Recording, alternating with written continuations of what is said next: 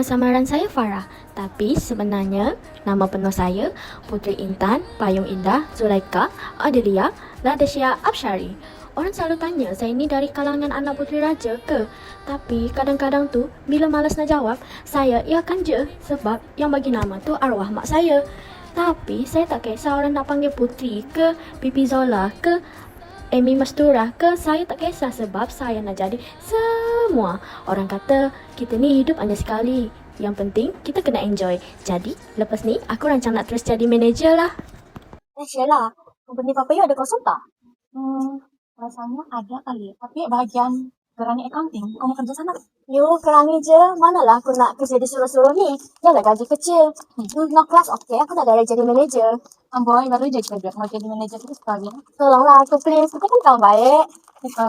Okey, boleh lah. Tapi itu mesti ada. Oh, senang je. Jangan dia suruh I jadi manager company Papa You, okey? Okay. Para tu HR company Papa Kaifu, cuba you try. Okay, betul. You HR company Papa Sheila ke? Saya best friend Sheila. Ya, apa saya boleh bantu, Miss? Boleh tak jadikan saya manager company Papa Sheila? Susahlah sebab sekarang dah ada calon manager yang berpengalaman. Dia banyak menang tender untuk company. Alah, tu je ke? Boleh tak tolong I? Nanti I bagi you hadiah.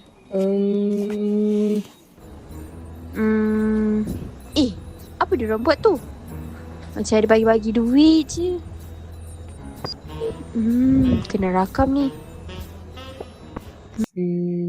Kalau ada duit ni, boleh bantu saya bayar bil hospital anak saya, hutang kereta.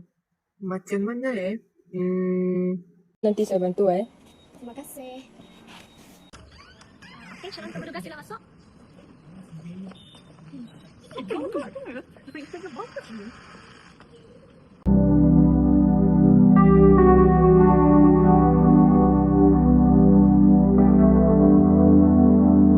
Puan, saya lihat daripada calon 1 dan 2, mereka sangat berpotensi menjadi manager untuk company kita.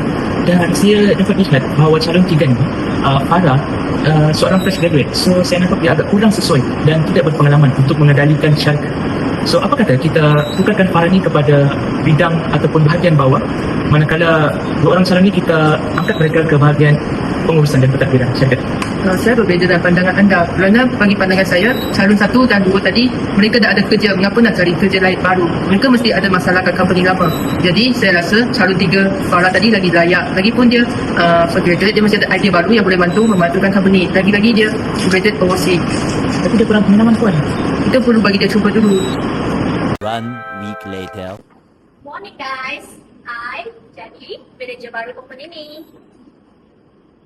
Okay, buat kerja kamu, okay? Bye. A few moments later. Apa manager tu buat? Nak dengar? Macam mana nak dapatkan tender dekat company besar tu ya? Ke saya guna duit company, ajak mereka makan dekat kafe mahal, mesti boleh pun dia. Okay lah? Oh, dia nak guna duit company. Kena bagi tahu Mahira ni. Mas, tahu tak tadi kan lalu bilik manager tu kan saya dengar lah. Manager tu kata dia nak guna duit company, dia nak belanja makan company lain dekat Hotel Bintang 5 tau. Untuk apa? Untuk dapatkan tender. Bukankah tu rasuah? Sebenarnya kan, aku rasa dia ni memang bagi rasuah. Sebab hari tu aku nampak dia dengan Puan Nina bagi duit kita nak dapatkan kerja kat sini. Farah lah nak dapat kerja kat sini. Aku rasa kita memang kena report dekat SRF. Sebab aku yakin time tu, kalau kau tengok video tu, dia memang bagi rasuah dekat Puan Nina. Patutlah dia boleh jadi manager. Pasal tadi tu pun dia rasuah kan? Ya. Sebab dia guna duit company. Betul. Aku rasa kita kena report SRF. Kita tak boleh bersupahat dengan dia. Nanti kita sekali kena tangkap. Report. Sokong. Report. Hello? SPRF? Kami nak report. Selamat pagi, Puan. Kami daripada SPRM. Kami mendapati Puan masalah dalam pemberi rasuah dan pendarah kuasa, di mana Puan akan disesat dalam Akta SPRM 2009. Sebabkan kesalahan Puan terpaksa ikut kami ke balai untuk kesihatan. Mana ada sebuah benda macam tu? Aduh, Puan. Halo, Puan. Tolong saya.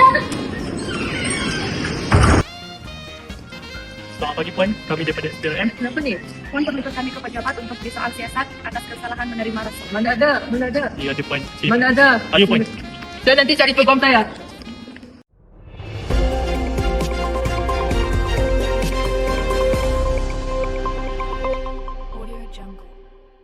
Ketika ini kami berada di hadapan mahkamah dan di mana suasana masih terkawal.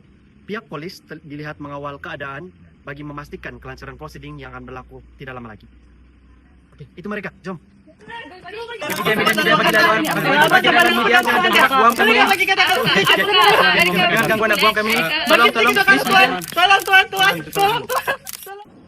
Boleh saya tahu mereka ni akan disabitkan atas akta apa? Jika mereka didapati bersalah, mereka akan dijatuhkan hukuman penjara tidak melebihi 20 tahun dan denda tidak kurang melebihi 5 kali ganda daripada nilai suapan ataupun RM10,000. Jawatan ni bukan milik aku dari awal. Aku terlalu kejar jawatan tinggi sampai sanggup beri rasuah. Sekarang aku menyesal dengan semua yang aku dah buat. Ini jadi pengajaran terbesar dalam hidup aku. Aku janji, lepas ni aku akan usaha sendiri. Bukan ambil jalan pintas lagi.